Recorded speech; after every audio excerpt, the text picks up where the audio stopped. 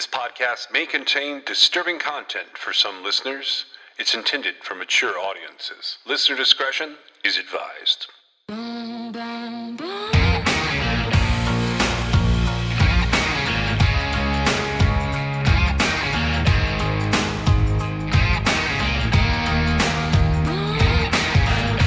This is True Crime XS.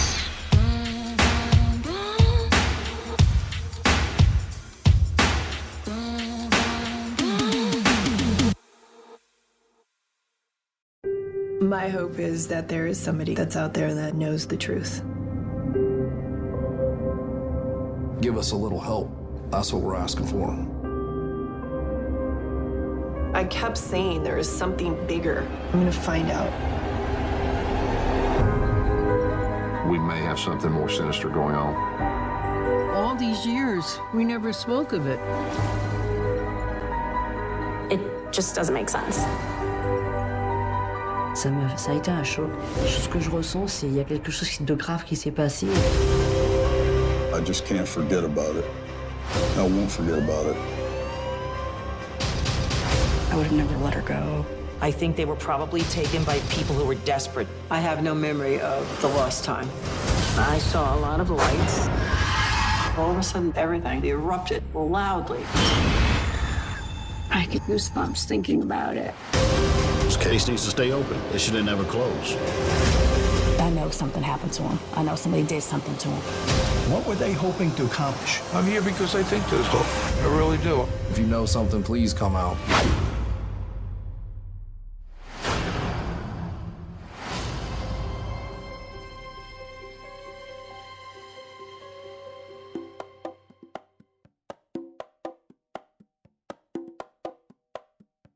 This is us talking about unsolved mysteries.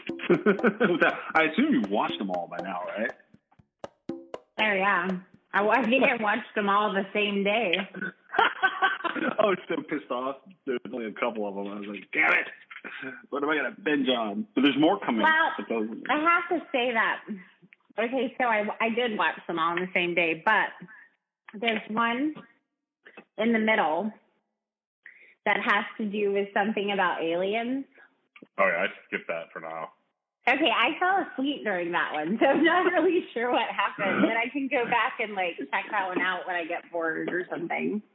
I didn't do anything with that one. I don't do aliens. Are you into, alien stuff, I guess? No. I don't. No, because my husband watches ancient aliens and all that stuff all the time, and he's not really into it that much, but just watching it drives me crazy. I have this one friend that's into it and always wants to talk to me about it, and he's like, what do you think? And I'm like, whatever. A lot of times, we have a joke at my house, and when something weird happens, he'll be like, oh, it was the aliens. And, it's just a reflection of, sometimes the only thing I see on downstairs, an entire weekend, is Ancient Aliens. And it's so weird because who can stand to watch it? But to counter that, I watch a lot of ID upstairs. So, I don't really know, it's just our taste. In some rabbit hole about a ghost thing, are ghosts finally real, or Bigfoot or something, but it doesn't. I don't have it's pretty much true crime is it for me. I look at other stuff, but usually it's so they covered Alonzo Brooks, and that case has always bothered me, but there's a solution to it. And they left some stuff out about Alonzo Brooks. That just isn't the Alonzo Brooks case though. Is just straight up murder. It's murder, and it's bad murder by racist, crazy assholes. So that one doesn't interest me.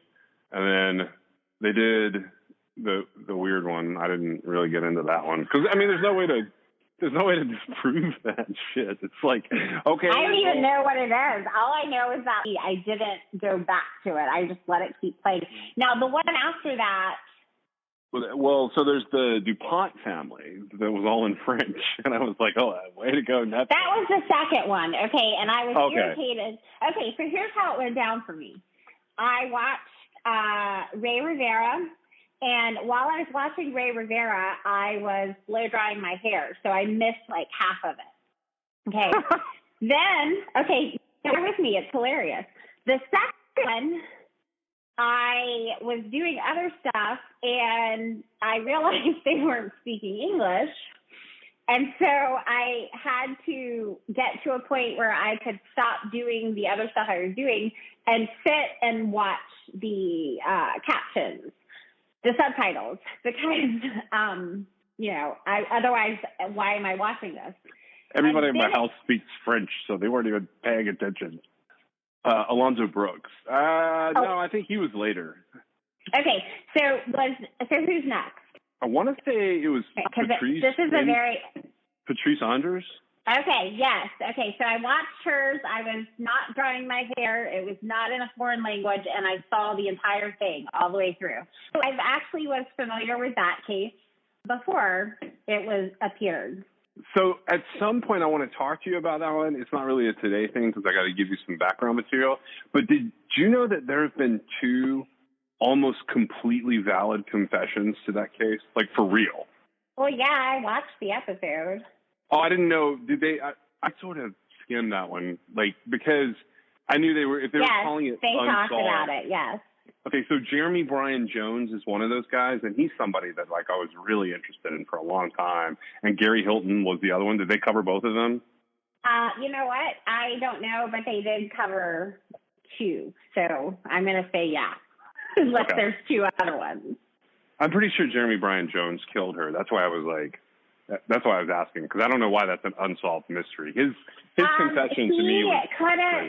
He couldn't, there were some things. Okay, so he gave them her body location, and they went and they spent a whole bunch of time trying to find her body based on what he told them, and it was not there. It wasn't even close to where she was.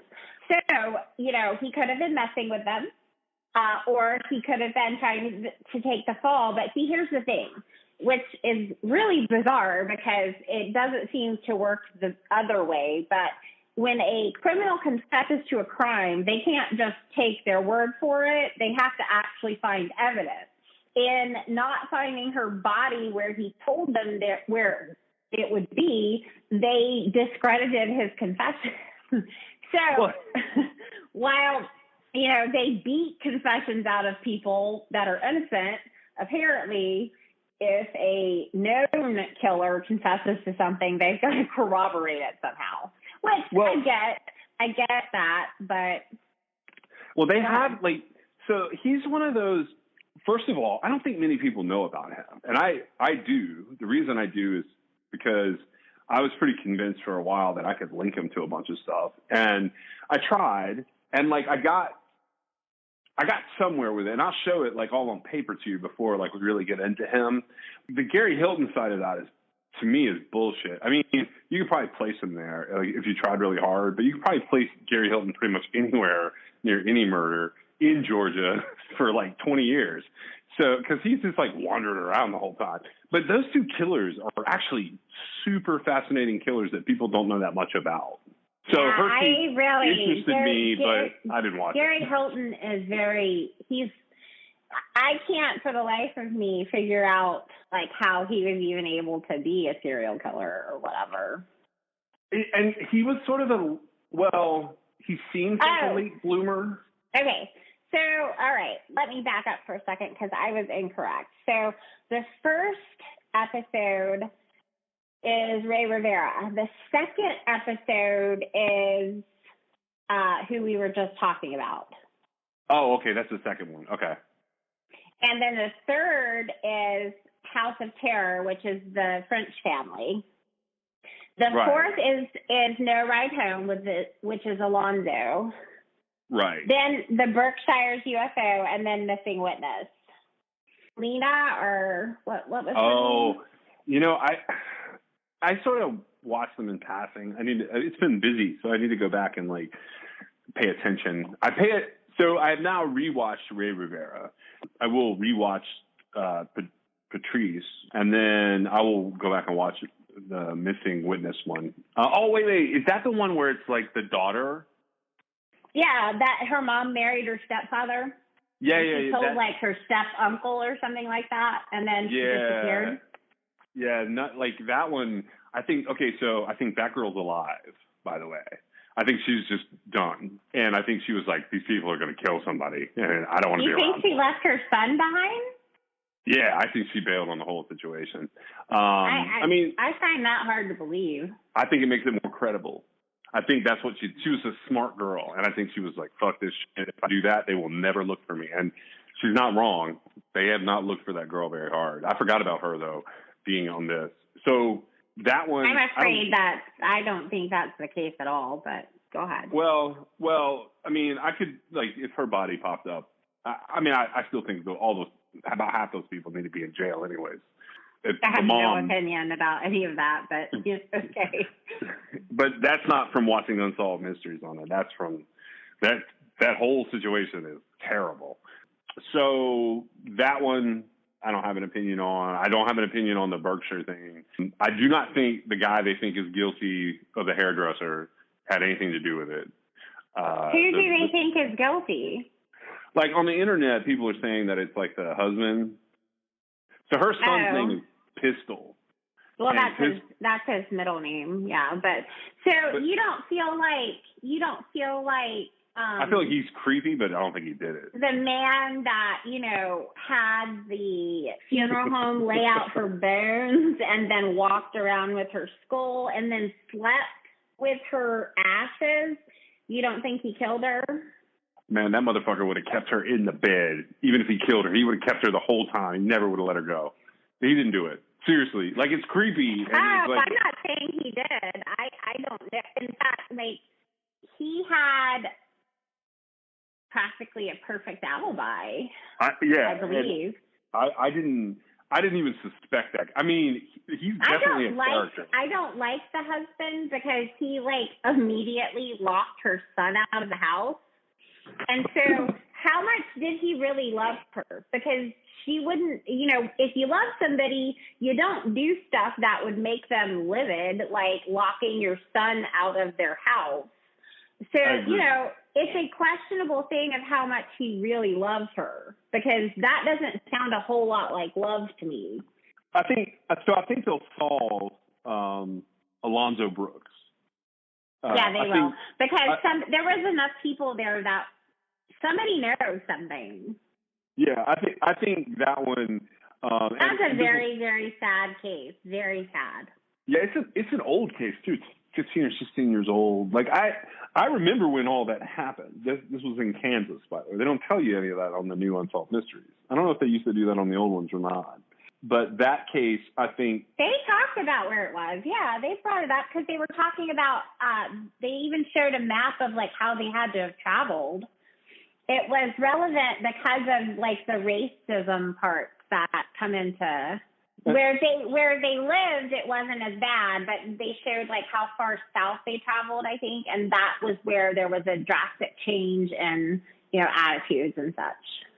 Yeah, and that's one of those cases. I think that was the best thing for that case, for it to be on. I mean, I hate that it happened to that guy, but that was the best thing for it to be, so that it can shake up those 20 or 30 people to somebody. Well, and there wasn't it was a bad case in the response that occurred, sort of all of it. I mean, I know, he had several of his friends that were with him, or even some that weren't with him, but, his friends were on the show, and his one friend got lost, and he was his ride home. And like that guy is guilt-ridden because he went out to get, I think he went to get a pack of cigarettes or something. And where they were at, it was like so far out in the middle of nowhere that he turned left when he should have turned right. And so he ended up really far away. He talked to a friend that was at the party, and he said, "Hey, I need you to take my friend home," or I can't remember. Like, he made arrangements for the situation, but it didn't change the fact that, like, ultimately in his heart, he knows he left his friend there, even though he felt like he had made arrangements for him to get away home. I just empathize with him a lot because, when you're young and you're having a good time, it sucked. They were having fun and somebody got hot under the collar about something. Who knows? But it wasn't worth killing anybody over, no matter what it was. I'm sure of that. I don't want to say easy, but I think that will be one of the first things solved out of that whole series of shenanigans that is Unsolved Mysteries right now. And I've never seen anything like what happened online. I don't know if you've looked at any of it, but it's pretty fascinating. What I did discover is once they put out a case, it is impossible to armchair investigate it for real. Because all you get is everybody else's opinion of it. Yeah, and they even came on and dumped a bunch of stuff onto Reddit and onto one of the other sites where they were like, "Here's our Google Drive of the stuff you didn't see." So I went through some of that on the cases I was interested in. And so with Ray Rivera, I did not hear half of the show because I was dyeing my hair, and then Naya Rivera went missing. Right. And it clicked in my head, and I go, "Huh." The same day it happened. All of this happened in one day because I binge watch things that only have 6 episodes because there's really no other way to watch that. I took a nap in between, but during the Berkshire, I made it through 4 episodes before I fell asleep. So I fell asleep during the Berkshire's UFO, but I saw enough of it to know I wasn't interested in watching it. And then I was sleeping through the first part of the Lena Chapman episode. And it was interesting enough at the point I woke up for me to start it over and watch the whole episode. So then when Naya Rivera went missing, it clicked in my head that Ray Rivera was this guy's name that was the subject of Mystery on the Rooftop. And I went back and I rewatched that episode, and then I just fell in the hole. Welcome to another episode of our summer season here at True Crime XS. Today, we're talking about unsolved mysteries. In the middle of the summer, Netflix released 6 new episodes of the show Unsolved Mysteries. And Meg and I had originally thought we might cover one of those cases. The conversation you just heard was when we had first watched the episodes, and then we went back and watched them all again. We took a particular interest in the case of Ray Rivera, thinking that we might be able to add something to that conversation.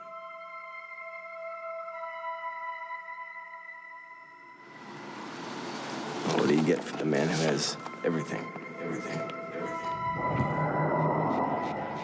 Happy birthday, sir. Thank you, Maggie. I don't like her. So what brings you to town, Conrad? Everything all right? October 12th. Nikki's birthday. This is for you. Consumer Recreation Services. Call that number. Why? They make your life fun. What are you selling? It's a game. A game? Specifically tailored for each participant. John, chapter 9, verse 25. Whereas once I was blind, now I can see. Now I can see. One day, your game begins. You either love it or hate it. Are you going to spend the rest of the evening prying at that clown's mouth? Mr. Van Orton, is everything all right? Ah, Mr. Van Orton. Have we met? I believe so. Why are you following me? Find out about a company called Consumer Recreation Services. They won't stop, Nick. He's in on it. I paid the bill.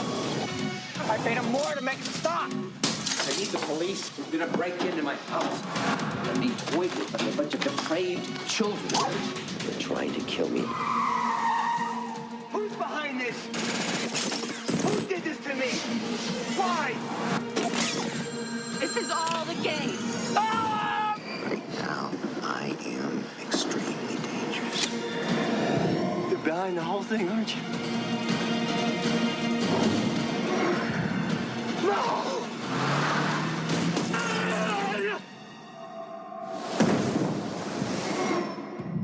They make your life fun.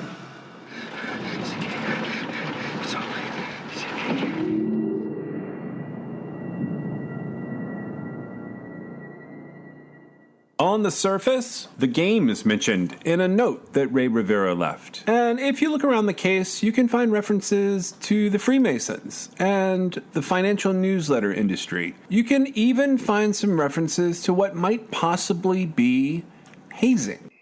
Welcome to Whataburger. Can I take your order?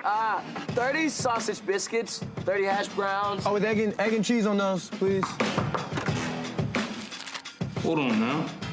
What, you ain't got no napkins?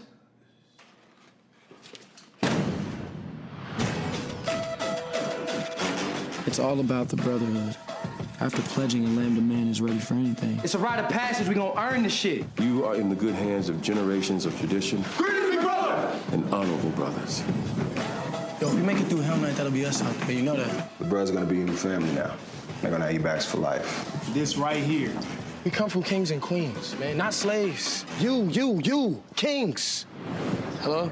Yes, sir. I'll be there in 10 minutes. Yes, sir. How bad you want it, boy? I want to be able to... Shut up! Let me tell you something about getting in that fraternity. You gotta want it! Find out what just any people will quietly submit to, and you will find out the exact measure of injustice and wrong. Y'all think it's tough? Nah. Just wait for Hell Night. If we ever get free from the oppressions and wrongs heaped upon us, we must pay for the removal. You're injured, aren't you? And you really should get it looked at. I'm just trying to keep my head low and make it through a week, okay? Only a chosen few make it to the other side. Why don't matter? You don't want to keep your line brothers waiting. I don't think you understand. Humiliation builds humility, and one more night is not going to kill you. This I know. We need to change, and we need it now because the lives of our students and the honor of this fraternity is at stake. You are merely facing what other men have met. When you're up against trouble, meet it squarely face to face. Lift your chin, say shoulders, playing free and taking breaks. When it's vain to try and dodge it, do the best that you can do. You may fail and you may conquer. See it through, see it through, see it through.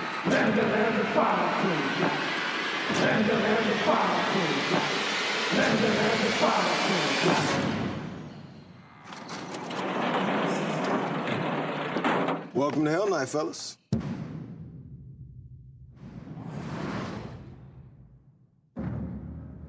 But was it even possible that Porter Stansberry or anyone connected to Ray Rivera might have been hazing him? Could a visit to the Freemasons have anything to do with his mysterious death? Tonight, WRAL investigates the death of a UNC student. The question, was it an accident or not? A dead pledge, a fraternity with a history of hazing. When David Shannon first died, it was seen as a tragic accident involving alcohol and bad judgment. But as WRAL's Kelsey Carlson reports now, police won't close the case until they can prove Shannon was alone at the time he died. He was a third-generation Tar Heel, following his mother and his grandfather to Chapel Hill. David Shannon was a UNC college freshman and pledging Chi Phi fraternity. Most importantly, David was a fiercely loyal friend. His death at a Carborough cement factory is still under investigation more than a year later. And Shannon's friends and those with him that night are not talking with police. Was David acting by himself? Was he part of a bigger process? Was he doing this against what he wanted to do? These are all questions that we can't answer at this point. Fraternity hazing has not been ruled out. In fact, Chi Phi was fresh off a self-imposed probation the day before Shannon disappeared. And the fraternity is currently suspended for hazing activities, though UNC says that is unrelated to Shannon's death. And this was Hell Week for the pledges, too. This was Hell Week. Mr. Shannon was found in between two. Police know that he fell after climbing 41 feet into the air and shimming across a narrow water line at this cement factory. His blood alcohol, .22, nearly 3 times the legal limit to drive. Ultimately, his friends located him. Police believe the people who found him had used a phone app called Friend Finder that tracked his phone location. That group, no doubt, frantic in the 911 call. We found our friend. He's not breathing. And And you can hear they are devastated as they try CPR. Stay with me. We got to do this together, okay? There is a huge 24-hour gap in David Shannon's whereabouts before that 911 call was made. I promise you, no one has talked to him in a full day, and we just found him right now. Harborough police think there are people who can explain all of the missing pieces. The night started in Chapel Hill at a sorority house on Rosemary Street. Shannon was supposed to attend a party just up the street, but he never made it. The last anybody admits to seeing him was 9 p.m. on Friday night. Now, the autopsy report indicates that David Shannon sent a text message at 1:30 in the morning. Police are not going to comment about the phone records they've collected, but it's clear the cement plant a mile and a half away in Carrboro is off the beaten path. And that's where he was eventually found at 10:30 p.m. Saturday night. It's nowhere near any direction he should have gone. Landon Dowdy is a student reporter for the campus TV show Carolina Week. She says Chi Phi fraternity members have been equally closed off to her as well. It was a social night. It's a Friday night. And, you know, there was drinking at that party. The party got broken up. And somewhere in there, according to what people say, David disappeared. The Chi Phi fraternity's national chapter is not commenting on David Shannon's death. We also reached out to David's parents, who did not want to talk about the investigation. However, they are making a point to talk to groups about the dangers of drinking, and they encourage students to look out for one another. When you think about it, why would somebody come out here by themselves and do something like this? It's not logical. Kelsey Carlson, WRAL News. And while the Shannon family isn't saying much about the investigations, David Shannon's father did tell Kelsey, and we're quoting, "All we ever wanted to know is what happened that night." As for the hazing complaints against Chi Phi, we asked UNC Chapel Hill for those records 2 months ago. They still have not released them or explained why it's taking so long. It's the world's most well-known secret society. Rich with symbols and ritual, it's the source of legends, parodies. Who controls the British crown? Who keeps the metric system down? We do. And conspiracy theories. Because so much organized crime uses the Masonic secret system and the good old boy network to be able to get away with murder. And I mean murder. Welcome to the world of Freemasonry. True or false, the Masons are a secret society? No, that's false. UCLA history professor Margaret Jacob is one of the world's leading experts on Freemasonry. True or false, Freemasonry is a religion? No, it's false. True or false, Masons were behind the American Revolution? False. False, false. Okay, but what about on the dollar bill? The eye and the pyramid? Yeah. I mean, that's Masonic, right? No, everybody says it's Masonic. In fact, it's a commonplace in the 18th century, that particular set of symbols. True. Freemasons laid the cornerstone of America. Well, at least some of its most iconic structures. So what is Freemasonry? Simply put, it's the world's oldest and largest fraternity. Its membership a who's who of world history. George Washington, Benjamin Franklin, Winston Churchill, Mozart, Davy Crockett, Franklin Roosevelt, Harry Houdini, Gerald Ford, Henry Ford, John Wayne, even Colonel Sanders. If you want to be a Mason, you can petition a local lodge for membership. You'll need to demonstrate good character and belief in some sort of supreme being. Oh, and in almost all lodges, it's men only. Next, you're up for a vote, says New York State Grand Master James Sullivan.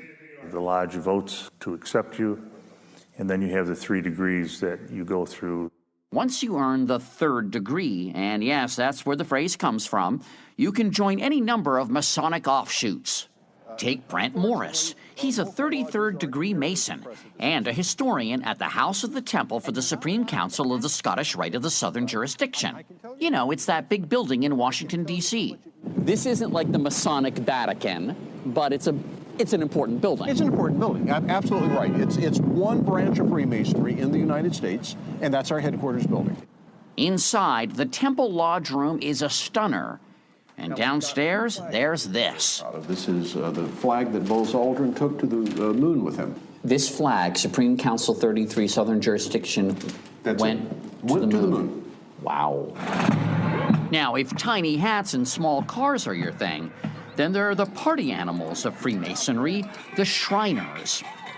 You may know them better for their 22 children's hospitals, where patients don't have to pay a cent. The Masons are philanthropic.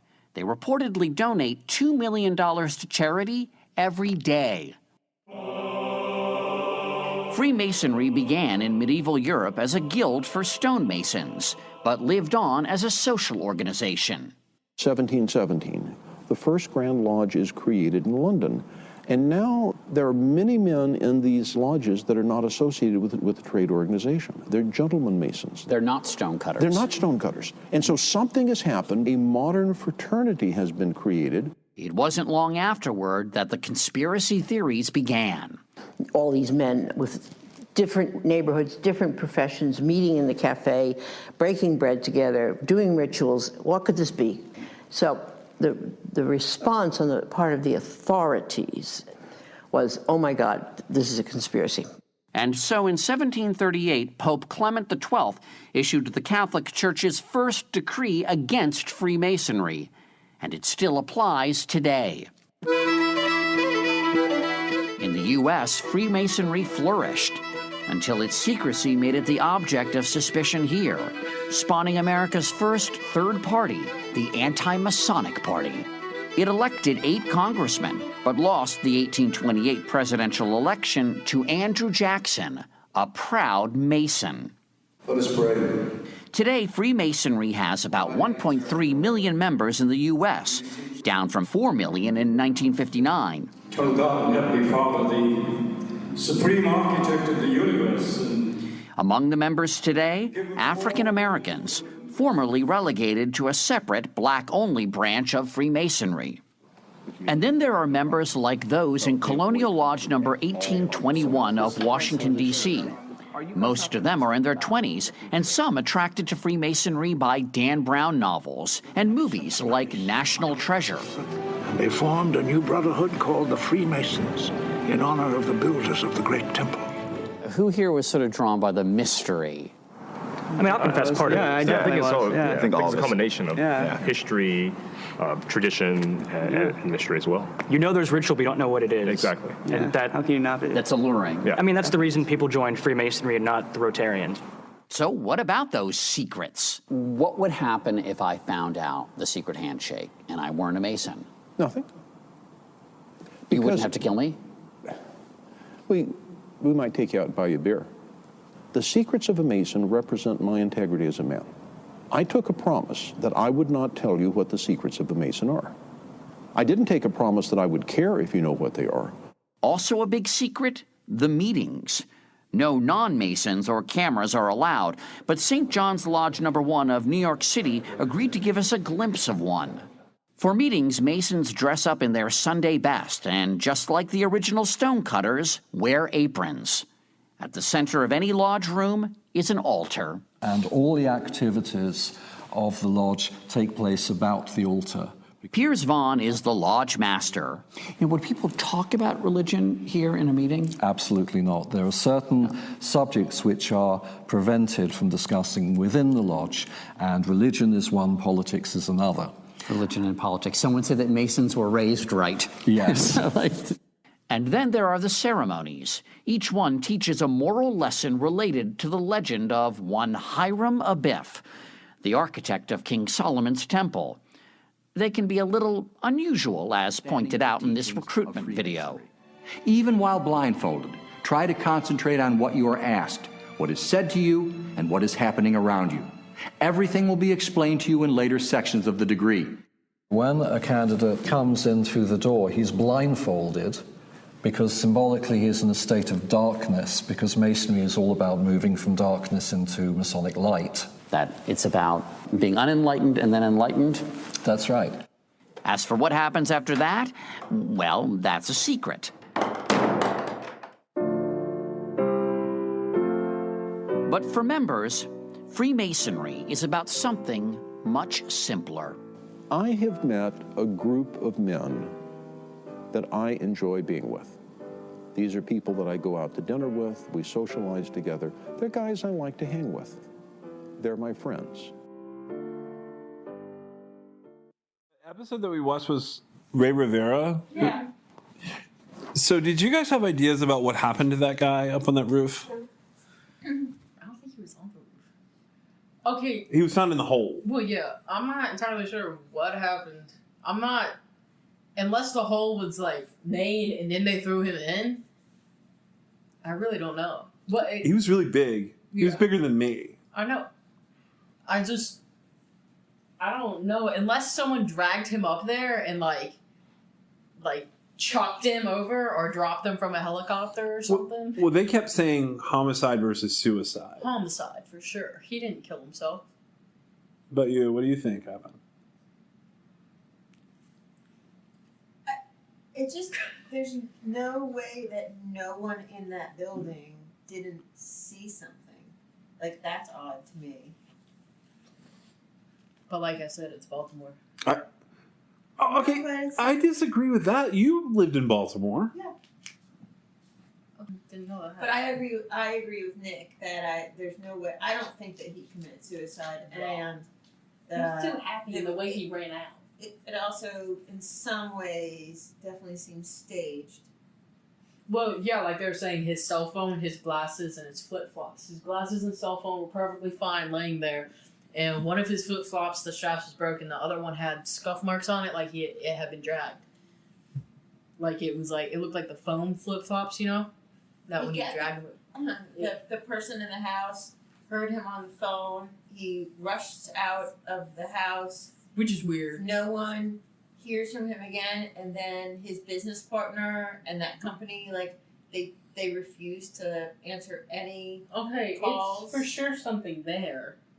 Like, that, it's all sketched, in my opinion. Well, yeah, the guy that he was working for had a lot of people that hated him, and they probably found out that he was close to him, like they knew each other, not just from business. They were, like, best friends, and he told him to come and work for him, and then he if he wasn't murdered. Involved in some way, don't you think that It's his fault. Want to help to find out what happened to his friend? No, I think he knows it's his fault, even if he wasn't involved. He knows it's his Did you guys understand the business that they were in there? Yeah, he's like, oh, I can predict the stocks, but he doesn't. So he gets you to pay him a whole bunch of money, and then he just keeps the money while you lose a whole bunch of money. But you're not paying him. Well, you are paying him money. Do you understand how that works? Mm-hmm. Do you want to take a stab at it for Nick? I don't want to sound condescending to him. It's like a I don't know. It's a newsletter, like a financial newsletter. Yeah, but that's not the term I want to use. It's not a triangle. I forget what the term is. Pyramid? Yeah, a pyramid. Scheme? It's sort of a pyramid scheme. The idea is you pay into this newsletter, and it's a lot of money, and you get first tips.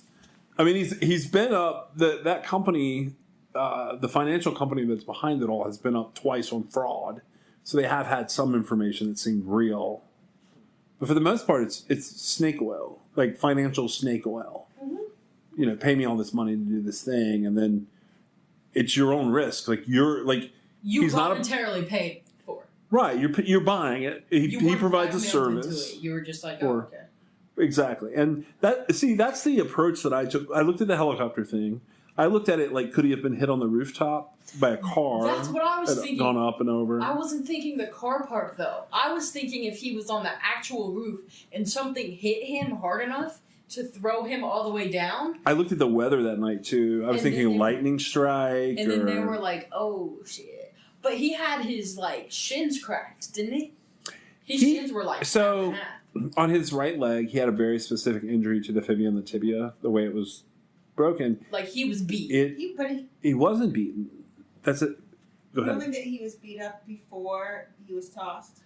No, we've got an idea of what happened to him. We think, but he could have been. But being that big a guy, going, we think it was 9 stories from 13 to 4. that or two. It was multiple stories. Yeah. And they had a trajectory report that Unsolved Mysteries came on one of the subreddits that I frequent for, reading about different cases. And they dropped a Google Drive file full of stuff. And in there was a trajectory report of how they had tried to recreate it, like what could have happened to him. One thing we did find when Meg and I were researching it was, this was weird to us. So the three guys that found him called a cop. Well, The security guard? no. So they're from his work. They went looking and went up to the top of the parking garage. He saw a hole and in it. one of them saw the hole. And they were like, oh, hey, let's tell someone. So the cops went to the dude that owned it at the time. Not at all what happened. But That's what they said. I understand that. So listen. This is what's in the police reports and the other accounts of it. So these three guys, they go to the top of the parking garage. They don't seem to see anything. One stays up there. Two go down. Well, the one that stays up there calls the other two and he's like, hey, come back and look at this thing. I don't know if he calls them on the phone or calls to them or whatever. So they go back up. He's like, what is that? And he points out a flip-flop on the roof. And they note that up on the ledges, there is a banquet folding chair. And they didn't tell us this in Unsolved Mysteries, but there's a banquet folding chair hanging by one leg. Like someone put him there and then pushed him off? Well, so He was doing? he had this bizarre suicide note, they thought. That wasn't a suicide note. That wasn't a suicide note. No. We agree with you. That I'm just was saying. like he knew something was going to happen or could happen. So this is what Meg thinks happened. Meg thinks he was interested in joining a local secret society and that was a part of his speech, his initiation speech of why he would stand out in this society. They called him in a hurry and that he was being initiated or hazed. He had a fear of heights. So they had to have a certain number of people from what we're reading. They took him up top and they've got him in this chair. And he fell. And they blindfold him. And they're holding him over the edge and doing a trust exercise because we found in their documents that they like to create a crisis, a real one, to see how you react and to build trust with you and camaraderie. And we think that they accidentally got him too close to the edge and he fell down to the ledge. And they were like, and okay. That injury that I was telling you guys about, it's an injury to his right tibia and fibia that is a very common thing that happens about bumper height when you get hit by a car. Yeah. But what we think happened to him was we think he went over the edge and got stuck and hurt. And then I'm adding this part because Meg and I are just starting to discuss it. But I think that he went along the edge and they were trying to help him and he was trying to get off and he went over again. So he fell from 13 to 11. How hard? And then he got to the edge of 11 thinking he could get up at some point and then he went over that. So it's like a boop, boop. Over the course of several minutes, we think it happened. It's a boop and then a boom. And then this particular society would not have looked well in the hazing part. Okay. So because of the station of whoever was there, we think the people that found the hole from the rooftop were a part of it. Maybe. And that's how they knew it was there. And we've talked about whether or not it might have been planted, the cell phone, the glasses, the shoe, that stuff might have been planted in order for them to find the body. But that would be pretty traumatic, though, if you think about it, and you're up there with your friend and you're doing this thing and all of a sudden he's on a ledge and then he's gone. That would be kind of weird. We thought it was really strange that they left him there for 8 days, basically, because he's, I think, the 16th through the 24th. They find him on the 24th. What do you guys think of a theory like that? Is that I think that makes sense. way out? Because he was obviously writing about a secret society. Yeah, that wasn't a normal thing. I mean, it was either that or he found out some sort of secret of something that was happening at his company. And he knew he was in trouble. And they were out to get him to keep him his mouth. Well, maybe they could have been trying to get something out of him on the chair. And the audio you just heard was a hot take exercise where everyone watches something and gives their perspective of what they just watched and what conclusions might be able to be drawn and what theories could be added to it. This was also recorded much earlier in the summer before we did a lot more digging into the case of Ray Rivera. So Ray Rivera, we spent a lot of time on Ray. So the general story is this: Ray Rivera, he died. If you don't know this, if you haven't seen the Unsolved Mysteries, I'm about to spoil a little bit of the Unsolved Mystery. He was 30, I think he was 32, 30, maybe about to turn 33, which is one of those financial newsletter things, which is this whole industry that I sort of consider to be like modern day snake oil. It's a huge industry at this point, and they provide varying levels of research and basically stock tips. The particular company he was hooked up with is part of a bigger financial network. You can read a lot about it, like just on Unsolved Mysteries. You can go on Reddit. You can find this whole story. But the gist is this guy gets a phone call. He says, oh, shit. He goes out of his house. His wife's out of town, but there is someone to, like, hear him, like, leave his house. And he vanishes into thin air. I think that living without answers is a really hard thing. Human beings, we like to put things in a box and kind of move on. Allison Rivera has gone without answers about the death of her husband Ray for 14 years. It was May 2006. 32-year-old Ray Rivera's body was found in a meeting room of the Belvedere Hotel. A hole in the roof suggested he fell from a height. Mystery has prevailed ever since. I kept saying there is something bigger. I'm going to find out. This month sparked new interest in the case. The Netflix series, Unsolved Mysteries, featured the Ray Rivera case in its opening episode. It's truly unbelievable. It was the first time Allison spoke so publicly about her loss and frustration of not knowing what led to Ray's death. There's an answer out there. Somebody knows something. And if that's just seeing him or the phone call that was made, there's an answer out there. And I thought that this would be a platform in which just lay the facts out and see if there's, somebody out there that knows something. Baltimore police in 2006 quickly leaned to suicide. But the medical examiner left the case open with a ruling of undetermined. A timeline. Ray left the couple's Northwood home seemingly in a hurry after receiving a phone call. That was about 6 p.m. on May 16, 2006. His car was located in a lot next to the Belvedere. A parking ticket suggested it had been there overnight the night of the 16th. His body was found May 24th, 8 days later, after former co-workers at a publishing company saw the hole in the roof. Days later, a bizarre note was found taped to a computer Ray used. The FBI said it wasn't a suicide note. Allison has lived with that note and other writings of Ray's all these years, with no clearer picture of their meaning. You clearly don't believe that he took his own life. I clearly do not believe that. Nope. I do not believe that. Not at all. I've never taken, like, I don't want it to believe that it's not suicide. It's really been like, what has happened? And then let me sort my emotions out from there. Like, let me work through maybe, if there was regret and so I have really been very, very open to whatever answers may be placed in front of me. Did Ray fall? Was he pushed? Police found no one who could place Ray inside the Belvedere that night. Allison hired an expert who determined Ray would have had to get to a running speed of 11 miles per hour to make a jump from the roof of the building to reach the location of the hole. No witnesses came forward.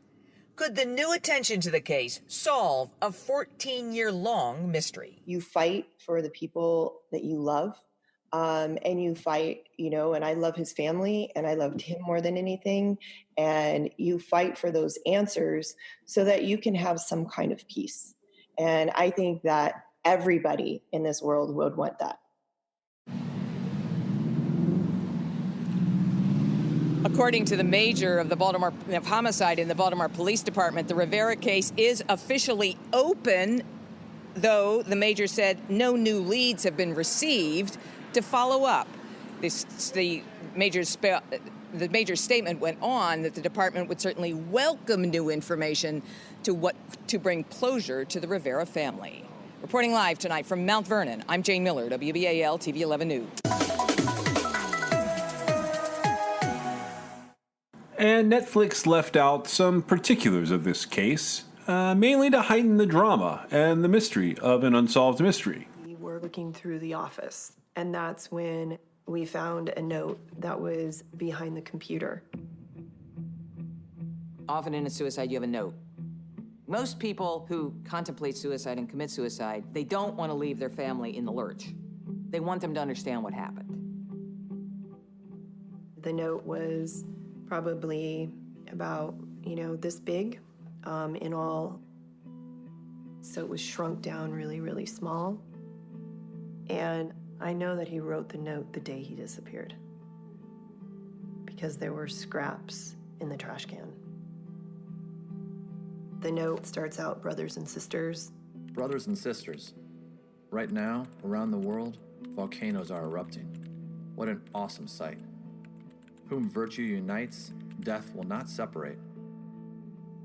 It was a very unusual note. It had different names on it, some movie star names on it, family names on it. It was very unusual. There's a whole page of people he knew, but he's missed some significant people, so that seems strange. There were movies, and the movies were the ones that really stuck to him. I know what all of these things were. Nothing was really a surprise. It was just why they were all compiled and in the format they were compiled. I stand before you a man who understands the purpose and value of our secrets. That's why I cherish them as secrets.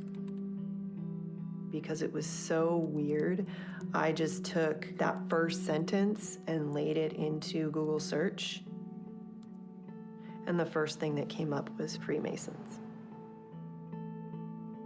He definitely was, kind of curious in just secret societies, the Freemasons, and maybe he was looking to do a screenplay.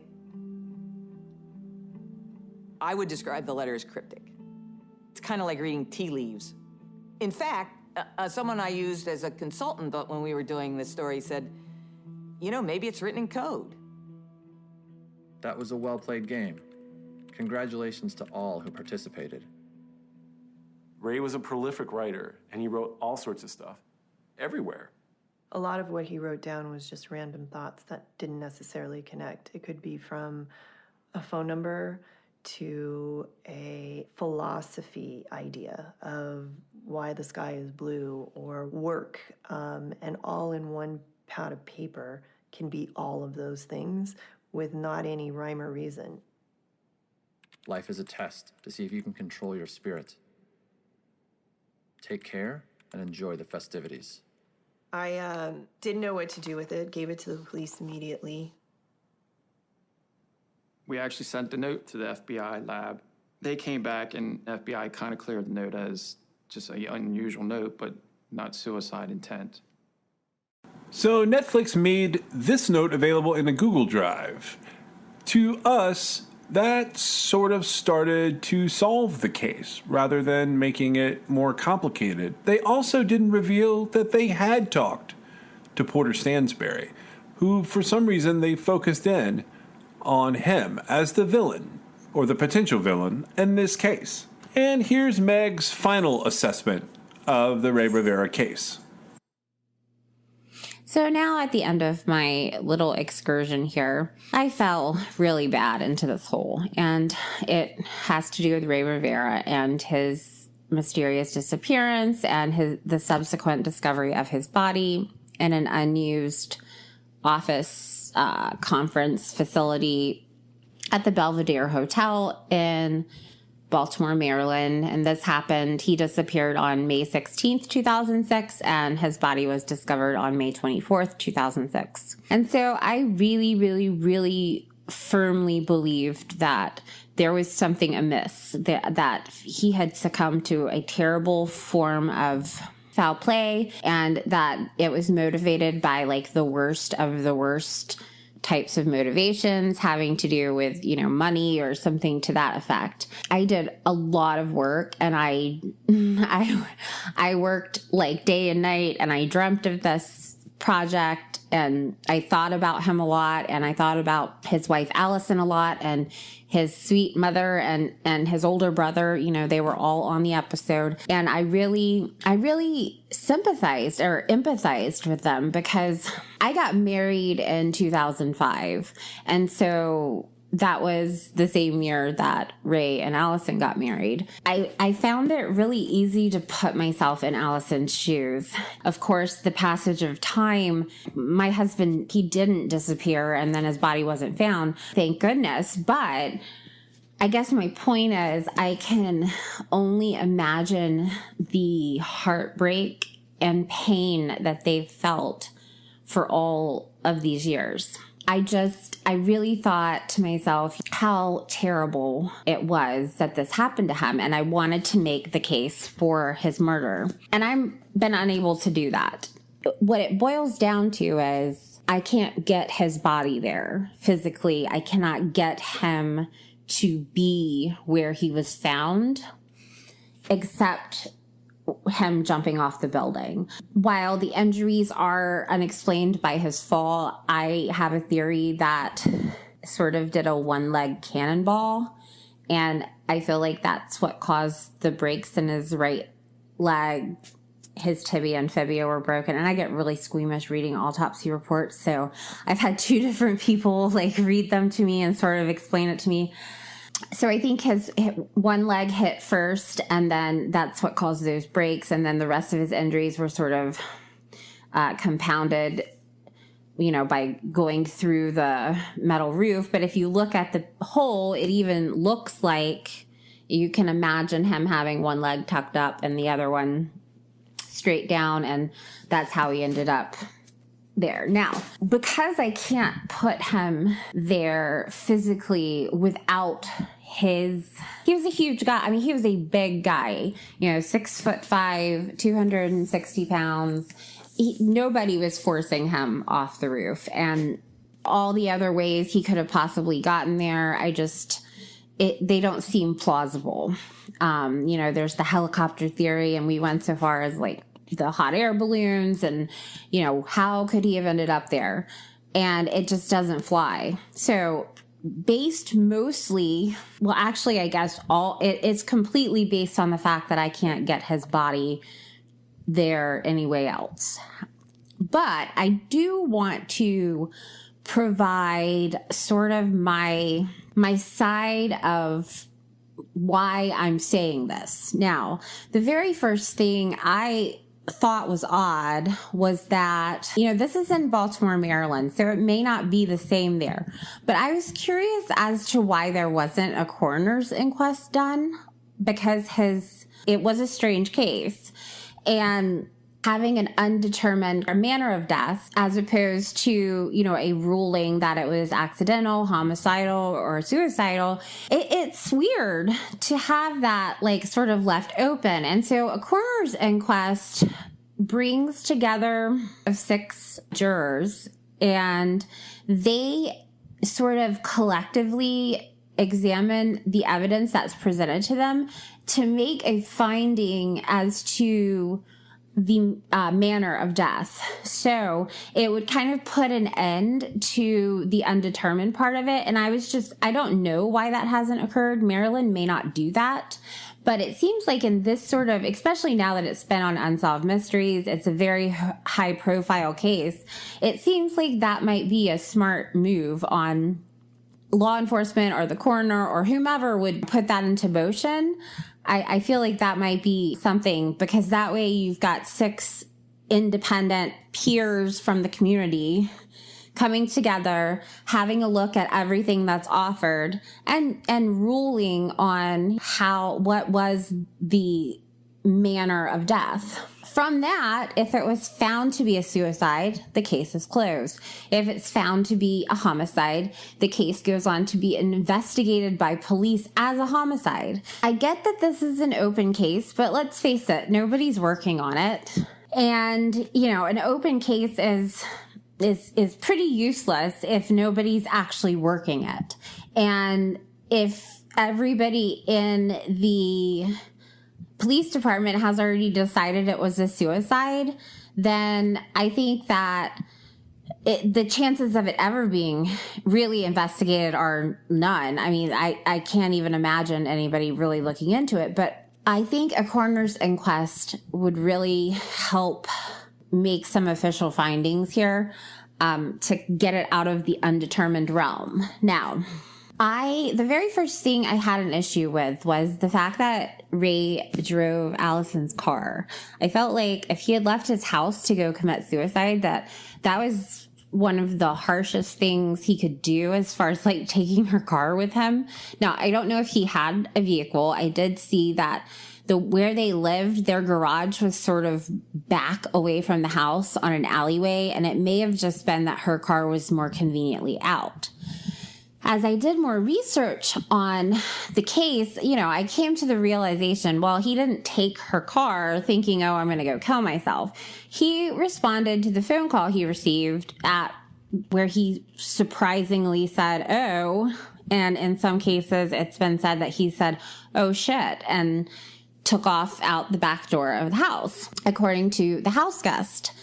And taking that into consideration, he left to go meet whomever he just said, to. I think that this is what that conversation might have been like. And I'm putting this out here because I feel like it could be confirmed or denied, but it could be accurately done so by whomever was involved. And I think because it's reached the level that it has, it would be okay. The people on the other side of the conversation, I don't feel like they've done anything wrong, but they could clarify and it could lend some light to the situation. Here's what I think. I think that he was told over the phone that if he didn't turn in his work project, he needn't bother. Because I feel like because the conference was March 15th, I feel like his deadline was May 15th, if not sooner. And he had talked with his contact at the Oxford Club that day, and he had told them that he would be turning it in by Monday. And he had called a place where he rented some computer type equipment to inquire about renting an editing suite over the upcoming weekend. But according to the person, they posted online, sort of like, I apparently am one of the last people who spoke with Ray Rivera, and here's how that went. And according to that post and that person, he never really confirmed. He didn't follow up. But the person commented that at the time, back in 2006, Ray Rivera was operating with a G4 PowerBook. And I believe that they had a G5 iMac that he would be using in the event that he had rented the suite to come do the editing. And that sort of took me down a little pathway. And I thought to myself, for one thing, it doesn't look like the note is taped to a PowerBook. It looks like it is on the back of an iMac from just the pictures I've seen. The vent and all, it really does. So I'm not really entirely sure. But from my own experience, I know that the equipment that he would have been dealing with in 2006, it would have been a gigantic pain in the butt for him to be trying to get a huge, conference condensed down to video form. I haven't seen any information that indicates that he had ever done anything like this before. I know they talk a lot about how he is a writer and that he was writing screenplays and he wanted, to write movies. And writing movies is way different than video production, especially video production with specific expectations. So I know when you're taping or videoing a live event, it can be overwhelming, especially when there's a lot at stake. And I think that this video conference probably to those involved would have a lot at stake, because the Investment U conference was a way that the members of the Oxford Club sort of set up their investment plan for the year. And I think it is entirely possible that anybody who was doing that video production sort of as getting their feet wet with their production company, I think that they could have inadvertently missed some important parts that there's no way to go back and add them back to the production. And I think that's entirely possible. That explains to me why ultimately when Allison gave all the equipment back over to whoever it was owed to, Ray didn't get paid for that project. It seems like it seemed crass because, these financial newsletter publishing companies ooze money, and it just seemed like it was really awkward to put her in that position of not paying for the project, not to mention he had fronted all the expenses because, he was working as an independent contractor and producing the video portion of the conference to be mailed to the members. So I think that he may have reached a realization that he hadn't gotten all the footage that he needed and that his computer was not capable of doing what he needed it to do. And that could have been very frustrating. And then on top of that, I think that he probably relayed that he would have the project to them by Monday, and whomever he was speaking with passed it along to their boss, and their boss said, yeah, that's not going to work. They said, hey, we're going to have it today, or we're not going to be able to pay you for this project. And I think that's where the oh shit comes in. That's where him running out of the house comes in, because that's the only thing I can come up with, that he would have left the house sort of dressed in loungewear like he was, in a hurry to go explain and sort of try to get the extension he needed to finish it. Maybe explain that, look, it's not going to be my best work, but I'm going to do the best I can and get it to you. Now, I am speculating on all of this, but like I said earlier, somebody could confirm it. They could see if he did have the full speeches of all 7 people who presented at the conference. They could see if he had put it all together in some form that was going to be rendered into a watchable video of use to the members.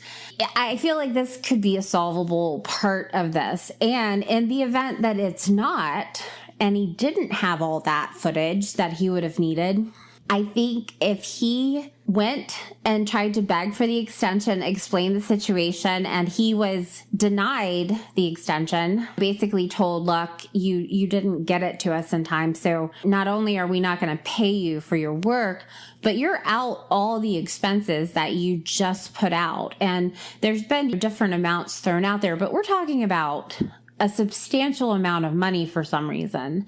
And then on top of that, now, and this is the part I'm not sure, I don't know if they should mention it or not, but what if they said, we're thinking about some sort of violation of the contract where because you didn't produce it, you're going to have to pay us for all the refunds we have to give because we're not able to send this out in a timely manner like we've promised, contractual or whatever. And it really is of no substance as far as culpability goes. It's just to sort of confirm or disprove my theory that he was not going to be able to turn this project in at the level that was expected of him.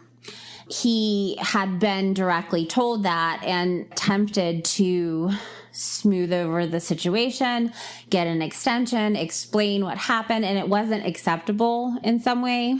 And I think he could have left that meeting so distraught with the thought of being out all of the money that he was out in expenses for the project, not getting paid for the project. It would have been a couple of months worth of work at that point, possibly some sort of like punishing type expenses for his failure to complete what he was supposed to do. I don't know for sure that happened, but I do know that that video productions, they're tough, and to just sort of assume, oh yeah, I can do that, and you could end up in a situation that you can't take back. Like, you didn't purposefully try to sabotage anything. It's just doing live content and it's gone. I think that he could have been overwhelmed enough by the prospect of failure that he impulsively committed suicide. And I feel like if he had had time to sort of reconsider that, he wouldn't have done it. And I feel like it's incredibly sad, but somebody at the Oxford Club could confirm whether or not they met with him and said, look, today's the deadline, dude, you've got to turn it in or we're not going to be able to pay you for this. Somebody could do that. I don't feel like they would be responsible for his death if he had a contract in place and he wasn't holding up his end of the bargain. They had every right to, say, we're not going to accept it after today. And that I feel like the pressure he was feeling, everything could have accumulated. And I think that would explain why, even though he seemed like he had no signs of being depressed or anything, I think that could have been a pushing point. And I think he could have gone up on the roof and jumped off, and that solved all of his problems at once. I hate saying that. And it doesn't explain some of the other things that have apparently gone on, like the alarms and the phone calls about trying to get the police to release the computers or whatever was happening. So it doesn't explain all that, but I bet it could be like sort of slowly pieced together. I wish I had found a better explanation of foul play. At the end of the day, I think that he got in over his head and that he was about to, he essentially probably felt like he was failing. And he didn't want to have to tell his wife that, and he was just really overwhelmed. And it happens to the best of us. What it boils down to is, I feel like, even though we're covering it now because it's been put out there on the sort of a mass scale, and I think somebody even said, everybody should put on that bandwagon. I think it's highly irresponsible of true crime as a genre to exploit cases like this. Especially if they're not going to do any real research. They're just going to present everything that's been laying around. And they had hours and hours with Porter Stansberry. Porter Stansberry didn't want it to air. And they just sort of put him out there as the bad guy in all of this. I have to think that the key is getting either a coroner's inquest or getting someone to come along who can be offered immunity to explain everything, or just chalking it up to the fact that, like, we shouldn't be exploiting suicide on Unsolved Mysteries, because they did that twice. They did it with this one, and they did it with the House of Terror. Both of those cases are ultimately suicides, and that was highly, highly irresponsible of Netflix. Netflix stock took a hit after Ray's disappearance, and it didn't recover till 2010. Not really. It was headed up. It was on an upward trajectory into the $5-6 range, and then it dropped, and it didn't come back and become what we know for several years. So I sort of jokingly threw out that maybe it was revenge that Netflix did this case on Unsolved Mysteries.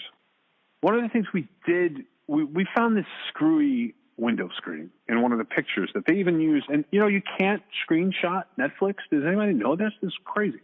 You can't screenshot it from a mobile device, so we had to take a picture of it. But there's a part of the Netflix show where if you're looking at the hole and they show you the hole, there's this window screen from there. And I even wondered, like, I wonder if the advertising agency that, like Oxford Club and Agora and everything, I wonder if it was in the Belvedere. Like, because the 11th floor or so is, like, businesses. So somebody could look into that. But maybe he, you know, didn't get very far, and that was it. But there is a window screen laying next to the hole. They don't even mention that. They didn't mention the banquet chair, if that was a thing. They didn't mention, it's in the book. It's mentioned in one of the reports, but it's not mentioned in the Netflix Unsolved Mysteries. So that's ultimately the end of that Ray Rivera, which, you know, they've made a monster out of Porter Stansberry, who's already going to have his own karma to face in the world. Saw that he is now getting divorced, or someone has filed for divorce, and everything's under seal. So that's interesting. We ran down all different types of accidents, things that could have happened. Tried to, you know, it's not a hit, because the hit's not going to leave a body like that. The body's either gone or the body's found, not this in between. You don't leave. That's just crazy to think about. You can run it down like it's some kind of random act, but you got to get him to the rooftop. He's got to be pretty unseen. You know, you got the security tape problem, which makes that seem plausible in some degree.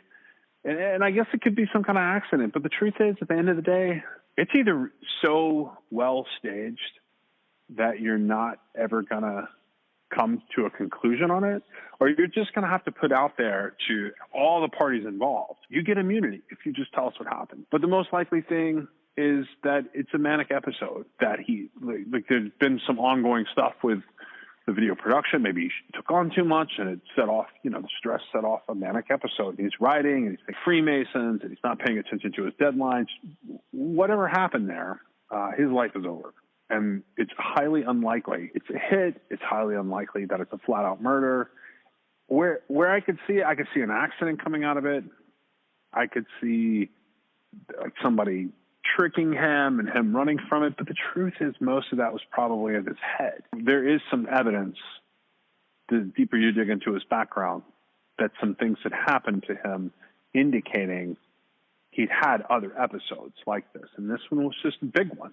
And like Meg said, I tend to agree with her, that deadline, not being able to get an extension, not being able to figure it all out. There's probably somebody at the Oxford Club or the Oxford Club's advertising, ever how they were doing like a bulk publication or the compilation. Because I don't think it would have been in-house at the Oxford Club, but it would have been somewhere in Agora. There would be some kind of agency under there that could probably confirm these conversations. If they didn't confirm these conversations and you offered out immunity, somebody might come forward and say, yeah, we did this thing and we were on the roof and we were whatever. We went down so many rabbit holes with this case, it doesn't matter if I keep talking about it. But what I did find really interesting is from season 2 of Unsolved Mystery, there was a Reynaldo Rivera, another. So this is Ray Rivera we're talking about, but way back when, there was a Reynaldo Rivera. A New Mexico priest answers a call to help a dying man. But it was an evil trap. The priest was murdered. Now, cold case detectives have reopened that long unsolved case, and News 13 investigative reporter Larry Barker has discovered technology may provide crucial new evidence.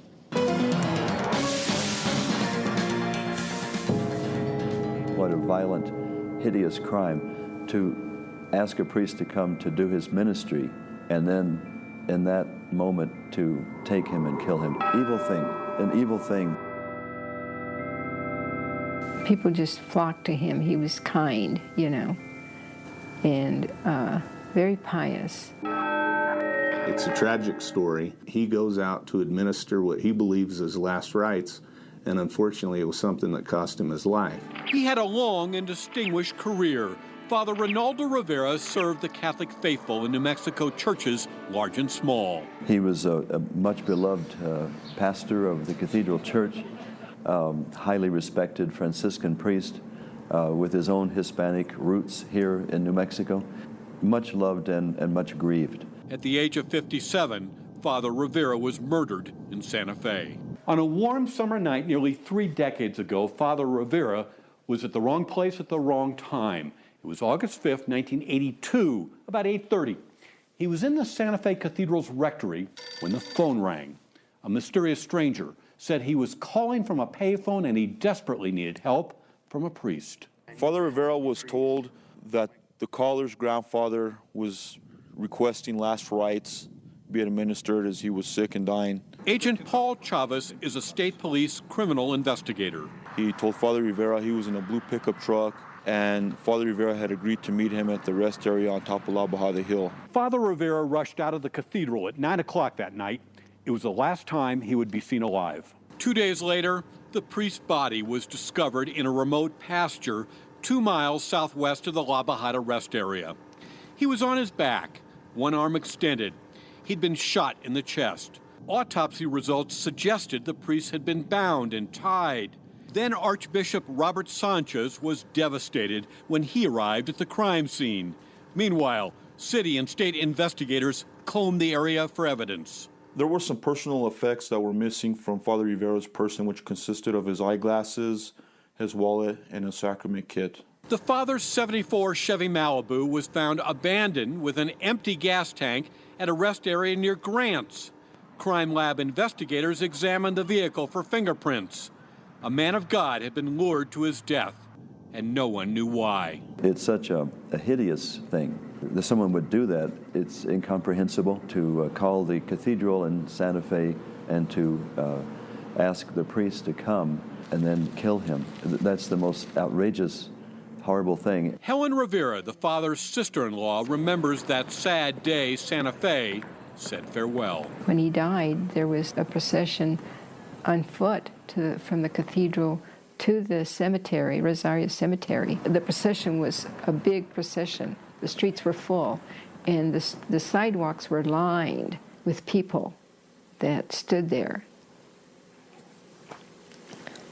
Investigators believe the murderer was someone with a grudge against the church. The man who called the cathedral that August night was carrying out a deadly plot to kill a priest. Father Rivera was likely not the target, but when he took that phone call, it became his death sentence. There were precious few clues to the killer's identity. Nearly 50 suspects were investigated. The case was even featured on the network TV show Unsolved Mysteries. But over time, the trail grew cold. Eventually, new leads simply dried up. However, despite the passage of time, Father Rivera has not been forgotten. Not by his family, his church, and not the police. It wasn't an easy case 28 years ago, and it's certainly not an easy case today. This is a solvable case. It could be as simple as shaking the right tree. Agent Chavez is now actively working this cold case. Decades-old evidence is being reevaluated. Scott Ford is the state police deputy chief in charge of investigations. We have some evidence that we do possess that, due to technology advances, will be beneficial to this investigation, even possibly solving it. We would like to be able to solve this and bring some closure to Father Rivera's family, to the Archdiocese. Last year, the Archdiocese dedicated a new wing at the cathedral to the memory of the slain priest. And at the remote spot where Father Rivera was killed, there are no reminders of the horrible crime that occurred here 28 years ago. A simple cross used to mark the spot, but it's gone now. Today, this is just an old cow pasture. And over at State Police, Paul Chavez is poring over old evidence with a new perspective. We're not giving up on this case. There is still grieving in Santa Fe about his wonderful life and ministry and then his tragic murder. Father Rivera's death was hardest on his family. For Helen Rivera, there are the pictures and the memories, so vivid despite the passage of time. Helen will never forget the day her daughter was born with a tragic disability. Reynaldo Rivera held the fragile infant in his arms. And I remember just him holding her, looking at her. Didn't say much or anything. He just held her. Larry Barker, KRQE News 13. State police are tight-lipped about what that new evidence developed by technology is, but we have learned that it is significant enough to potentially crack this case. And that case was linked to other cases around the same time. John Patrick Kerrigan was last seen at the now-defunct Denault's Bakery on 4th Avenue Southwest in Ronan, Montana on July 20th, 1984. He stopped there on his way home from jogging. He's never been heard from again. A Franciscan priest, he had just been transferred to the Ronan parish 2 days before to work at Sacred Heart Church. He went missing the day before he was scheduled to deliver his first sermon at the parish. He was discovered missing after he didn't show up for Mass to give his sermon. The day after Kerrigan's disappearance, the clothes he was last seen wearing were found by a woman setting up a roadside fruit stand on Highway 35 near Flathead Lake. They appeared to have been intentionally placed next to the road. His shirt, shoes, and his windbreaker jacket. His shirt was stained with his blood, and there was a $100 bill in the pocket. A blood-stained and deformed coat hanger was also present. His brown Chevrolet Impala was found a week later and 7 miles away, just outside of Polson, Montana. Inside the trunk, there was a blood-stained shovel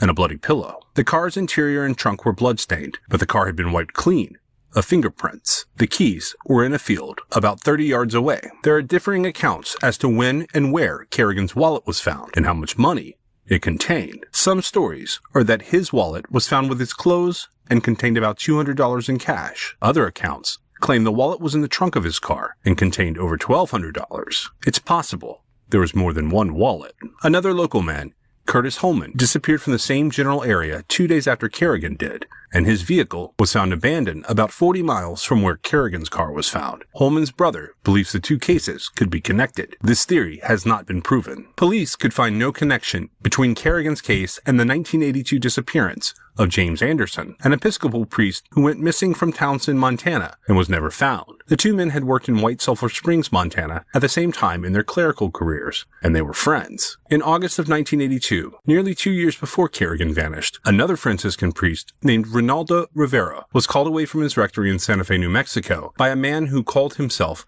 Michael Carmelo, and asked for a priest to come administer last rites at a rest stop in the town of Waldo. 3 days later, Rivera's body was found lying in the open in a remote desert area 3 miles from the rest stop. He had been shot to death. His murder has never been solved. Carmelo had called the same rectory earlier on the day of Rivera's disappearance with the same request for a priest to come and give the last rites, but the first priest that he spoke to was unable to come, so he called back later and got Rivera. The FBI created a profile of Rivera's killer, theorizing the person was someone who was familiar with the Catholic Church and felt betrayed by it. It's possible that more than one perpetrator was involved. One of the officers investigating the murder believed there might be a connection between Rivera's murder and Kerrigan's disappearance, but he could find no evidence that the two men knew each other. Kerrigan was born in Butte, Montana, attended St. Edward's Seminary in Seattle, Washington, and was ordained a priest in 1954. In his 30-year career as a priest, he served in various rural parishes throughout the state of Montana, including Butte, Hamilton, Walkerville, Dillon, Browning, Bozeman,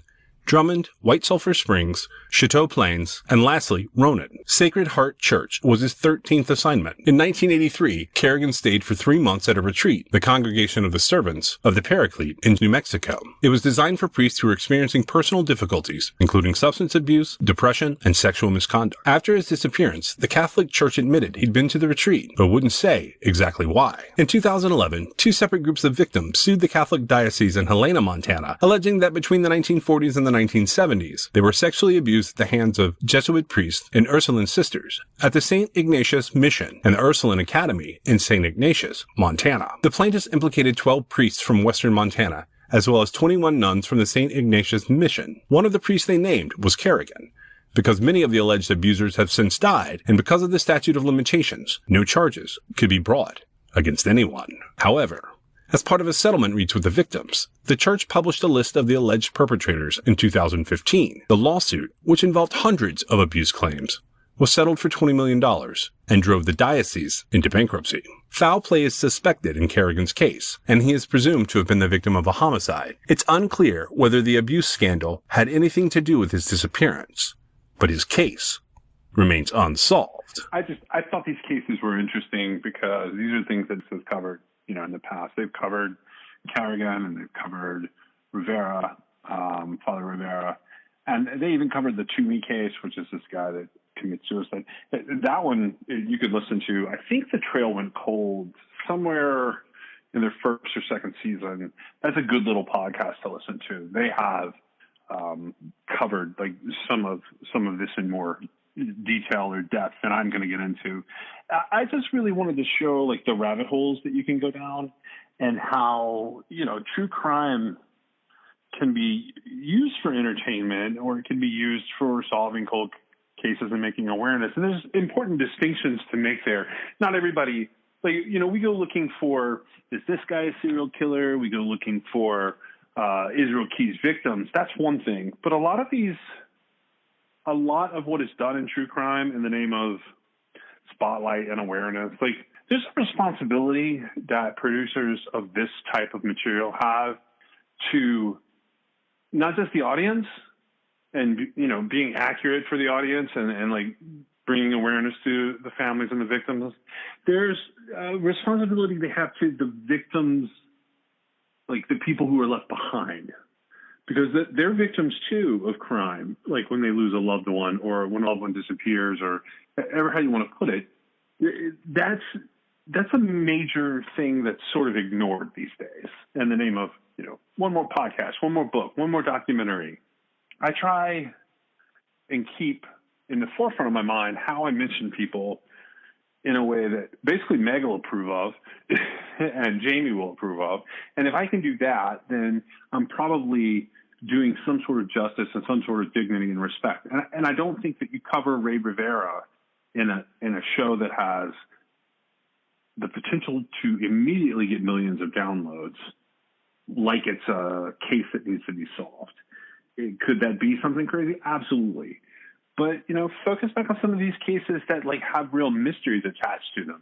Who was the guy who killed himself in the church in Idaho in 1983? I don't mention that here today, but that's a great deep dive to go into of a potentially solvable thing. And that's not the case with some of these other things. I think the idea behind the House of Terror was to get, if the father had lived, they want to catch him. If Alonzo Brooks' killer is able to be found, they want to catch him. Patrice, they want to catch the killer. I'm not sure what the missing witness is about. They've got everybody. They're looking for pieces of evidence maybe to put together. And the UFO stuff is primarily for entertainment. I'm not knocking anyone who believes in that. I'm on my own bizarre rabbit holes. I don't need things like that per se. But in general, I think there's a responsibility in true crime that is ignored. Do I do some of that? I don't think so. I will definitely go out on a limb. I'll drop my Maura theory after the episode is over so that people can hear what I was talking about there, because now I've got into a debate on Twitter over it. I'm actually in the camp of she's probably right there in the woods, or there's a chance it was a random killing. And I haven't ruled out the idea of Israel Keyes or an Israel Keyes type there, but I do have a specific theory as to how it all could have gone down. And I'll throw that in there. But I just wish more people would be responsible with true crime as a genre. Thanks for joining us. You can reach us at 252-365-5593 or at truecrimexcess.com or truecrimexcess@gmail.com if you want to send us a note. This episode was brought to you by LabrottieCreations.com. That's LabrottieCreations.com. Check out the merchandise and specifically their fun pop pet art custom pieces made from photos of your very own pets. Use the promo code CRIMEXS, that's CRIMEXS, for 20% off a fun, brightly colored, happy piece of art of your own pet at their site, LabrottieCreations.com. Music in this episode was licensed for True Crime XS. The theme song was Indestructible by Noah Smith. You can find us on your favorite podcast platform or at TeePublic, Instagram, or Twitter. You can also join us on Patreon to fund future body exploration trips. But the best thing you can do for us is leave us a review on your favorite podcast platform and share us with your friends. And we'll see you next time.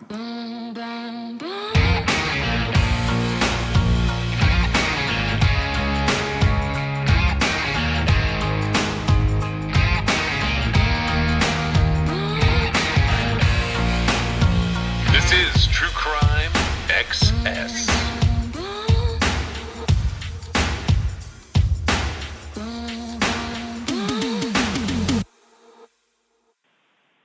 So here's the whole Maura Murray thing. There was an underage person, like a 15 turning 16-year-old, who didn't look like a 15 turning 16-year-old with like earrings and tattoos and pretty clean cut, but mature kid for some, I don't know how to describe what I'm thinking with this kid.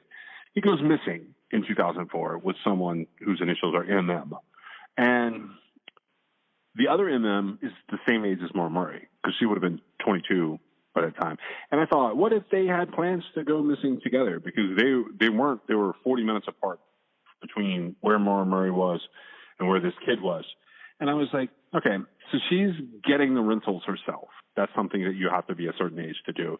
She's trying to work out the car thing. She's sort of making plans to still be there, but she also buys the alcohol herself, and she doesn't have a lot of cash. And I was wondering, well, maybe she did get some cash from her dad. She has more than we realized, or something like that. Or maybe the kid had cash, but just didn't have an ID that said that he could buy anything. And maybe that is who she left with, if she left. I mean, realistically, we have mapped it all out where we looked at it and we go, okay, she probably succumbed to the elements. And this is the length of time that she would have survived. This is how fast she could have moved in her various conditions, taking into account that she's athletic and that, that there's the potential for alcohol involvement. But, what if because of stuff that had been going on with the car accidents, she really did have to bail early? And bailing early, she bailed with that kid. Or she could have bailed with someone else. But that case is within a few months. It's definitely in 2004, and it's in the same area. That was interesting to me, that the two of them could have been connected. So we looked at that. And, the succumbing to the elements, bailing with that kid, because that sort of explains why it would be done under the radar, why she would be upset about her sister, because her sister would never approve. 4 or 5 years difference, like if somebody's 15 turning 16 and somebody's 21 turning 22, that's not that big a difference in this day and age. Shouldn't have been back then. But, you get into legal complications with that. And she had every reason to run away in some regards. And I have looked at her as a random killing victim possibility as well. I just like having something different. And here's my problem with that whole case. Why even talking about it now? Because the police aren't really cooperative about it. The community isn't getting anywhere with it. There are parts of that community that are awesome. Here's what it's like to be like a part of the Maura Murray community as an audience member. You have multiple podcasts and documentaries and books and things you can consume, blogs, and Oxygen television shows. And it's like a really good meal. Doesn't matter where the meal's from. It might be from a really expensive, little French bistro that you go to. It might be from some kind of fusion place. It might be from like one of those crazy dive places that people go to get their tater tots or whatever. But whatever it is, the community as a whole makes a really, really interesting set of really good meals. The problem is when you get them all together and you try and solve a thing, it's no longer a good meal. It's something was wrong with that meal. It was too rich. It was too something for your body. So what that meal is now a really terrible bathroom experience for you to have alone, on your own, in the discomfort of your home that you've created. I could throw that case out. Meg looks at this theory and she's like, what are you talking about? But at the same time, I can mention it again. I'd be like, okay, what if she's in the river? Because the river runs right through there.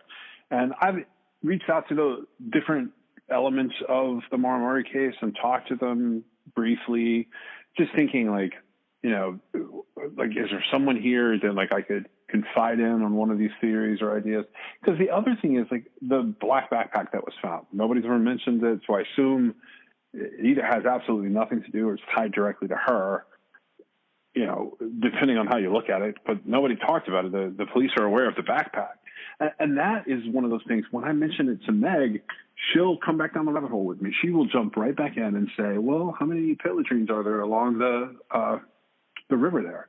And is there a pit latrine up at the overlook where the backpack was found? And we could, start making a case for keys again, just to take a look. But the truth is she's probably somewhere, other podcasts have said this recently, so I feel comfortable just pointing it out again. She's probably somewhere just in the woods. But if she's not, why not take a chance and look? Why not look in those pit latrines? Why not take a look up and The missing person that I didn't name and I'm not going to name, I don't know if he's alive or not or what was going on there. I just thought I would go looking for people with that name, see if I found anyone in Quebec or Halifax or whatever, just see if they're there. And there's some possibilities. So that made me go, I wonder if one of these people that have dropped out of this community, I wonder if he figured that out. Because that would make sense why you wouldn't want to wait for the cops, because the other person that's like meeting up with you or driving with you or doing whatever is 15 years old, 16 years old. I mean, would you want the cops to know that? I wouldn't. The community and how it interacts on the internet, you cannot make this shit up. If you look at like how that community interacts, it's a shame that like some girl going missing 16 years ago makes grown people act like they do. They're never going to solve it the way that they're interacting now. As long as they all continue to piss on each other and cause drama, nothing's ever going to get solved, because most of them are incapable of finding their way out of a paper bag. They are highly entertaining while doing it. And I don't care if they're close to the family, not close to the family. It doesn't matter which one you're talking about. They have really, really, really good qualities to them, and then they have really stupid qualities to them. And that applies across the board to every person that is a part of what would be like the leadership or focal points of the Maura and Maura community, whether they want to be that or not. The people that have all the podcasts, the people that have like all the books and stuff, they're missing like some real obvious things. And I wouldn't even want to like pose the theory of her running off an underage guy explaining everything to them, because they just rip it to shreds and then tell me something that's bonkers. Like, it really is like sort of its own alien encounters sort of UFO phenomenon community.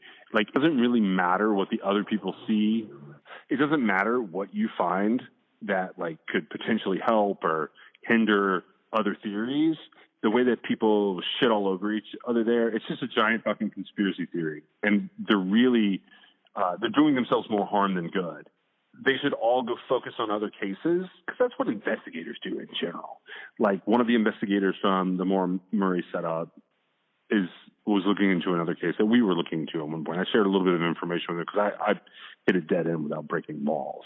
And once I hit that dead end without breaking laws, I passed it off. It was a lot of research that went into it, even to the point of like satellite imagery had gone into it. And I had gone to the places on the satellite imagery, and I had some trouble accessing some things. So I thought maybe some other investigators want to get involved here. The community needs to take a break. And some of them have been trying to do other things, which is good. But some of them that are still hung up, convinced they're going to solve Maura Murray, I don't think that's going to happen. I think if she's alive, they have now made it impossible for her to ever return, which I don't think she had any intention of doing in the first place. If she ever was going to return, she can't now. If she passed away and succumbed to the elements, then none of this makes any sense. And if she's the victim of a serial killer, they're all looking in the wrong places. There's a lookout where the black bag was, and then there's several places along that river and in the camping areas along that road that she had her accident on. They could look there pretty easily. I bet nobody's looked in the pit latrines there. You say that, people act like it's crazy. But why the fuck is that crazy? You're going to dig up somebody's basement random. Looking at a pit latrine is out of the question. Right. Okay. That makes sense to me now. Now I understand. Like, no, your community totally makes sense now.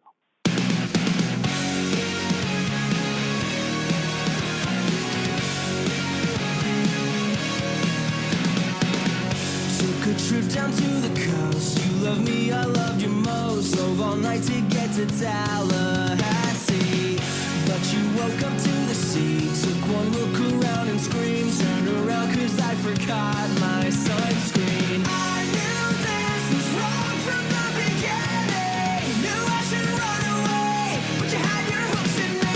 Spicy, sweet, you're cool and then you're crazy. So goodbye, ecstasy. Hello, catastrophe.